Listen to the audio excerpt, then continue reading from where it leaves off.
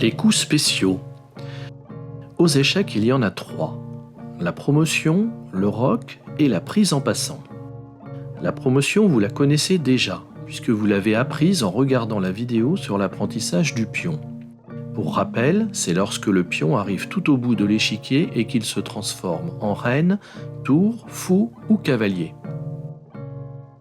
Dans cette vidéo, nous allons aborder le coup du rock, qui est un coup très spécial puisque l'on va jouer 2 pièces en même temps, en l'occurrence le roi et une des 2 tours, déplacer le roi de 2 cases au lieu d'une seule habituellement, et faire passer la tour au-dessus du roi comme si c'était un cavalier.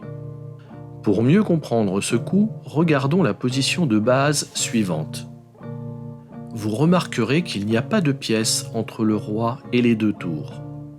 C'est une condition indispensable pour avoir le droit de faire ce coup qui peut être exécuté de 2 façons différentes.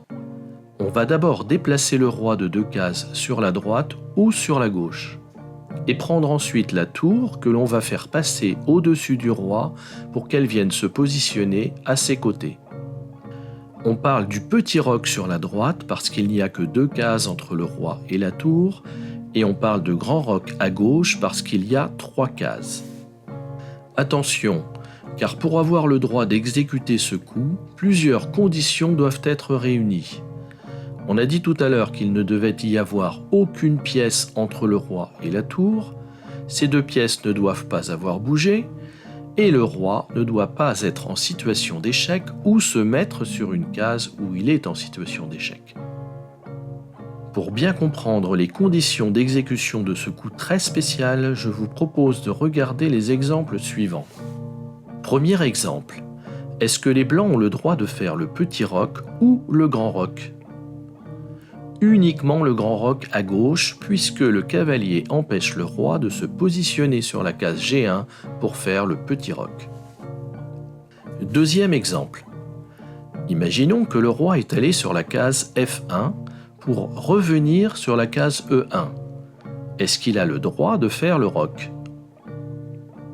Non, étant donné qu'il a déjà bougé, même s'il revient sur sa case de départ, le roc lui est interdit. Troisième exemple. Imaginons cette fois-ci que la tour en A1 est allée sur la case B1 pour revenir sur la case A1. Est-ce que les blancs ont le droit de roquer ?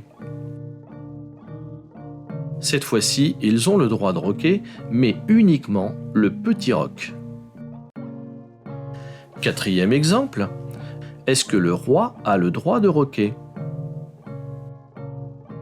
Non, parce qu'il est attaqué par le fou noir, donc il est en situation d'échec. Cinquième exemple. Est-ce que les blancs ont le droit de faire le petit roc ?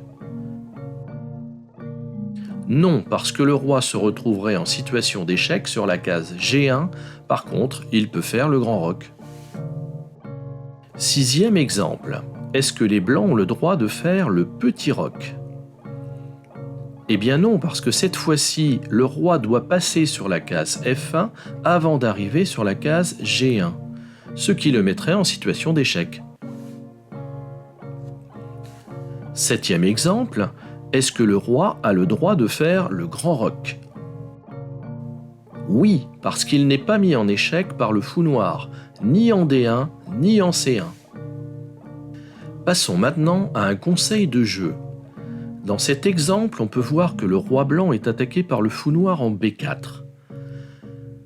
À votre avis, quelle est la meilleure façon de le défendre ?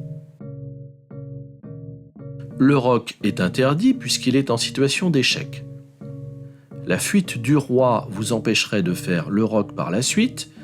Il est donc préférable de laisser les pièces blanches défendre leur monarque en jouant par exemple le coup de pion C2, C3. En plus de défendre votre roi, cela vous permettra d'attaquer le fou noir en B4, un coup qui vous permet d'attaquer et de défendre en même temps est souvent un bon coup. Comme vous pouvez le voir, ce déplacement très particulier nécessite d'avoir tout de même quelques connaissances de base. Mais une fois que vous allez le maîtriser, ce coup va vous permettre à la fois de protéger efficacement votre roi et de mettre une de vos tours en action. Avec la pratique, vous allez rapidement vous rendre compte que votre roi, comme celui de l'adversaire, se retrouve juste derrière le centre de la bataille. Or, la partie centrale de l'échiquier est souvent le théâtre d'affrontements très virulents entre les deux armées, étant donné que chaque joueur souhaite en prendre le contrôle avec ses pièces et ses pions pour dominer l'échiquier. Il est donc important que votre roi aille se réfugier sur le côté pour ne pas être pris à partie dans cette bataille centrale. Cela permettra également à votre tour de ne plus être bloqué et inactif dans le coin de l'échiquier. Pour la petite histoire, ce coup est justement apparu il y a environ 500 ans, alors que ce jeu, lui, en a 1500. Car la pratique du jeu avait démontré que le roi se faisait trop rapidement attaquer en restant au centre de l'échiquier. Conseil pour débutants, ne commencez à attaquer que lorsque vous avez roqué.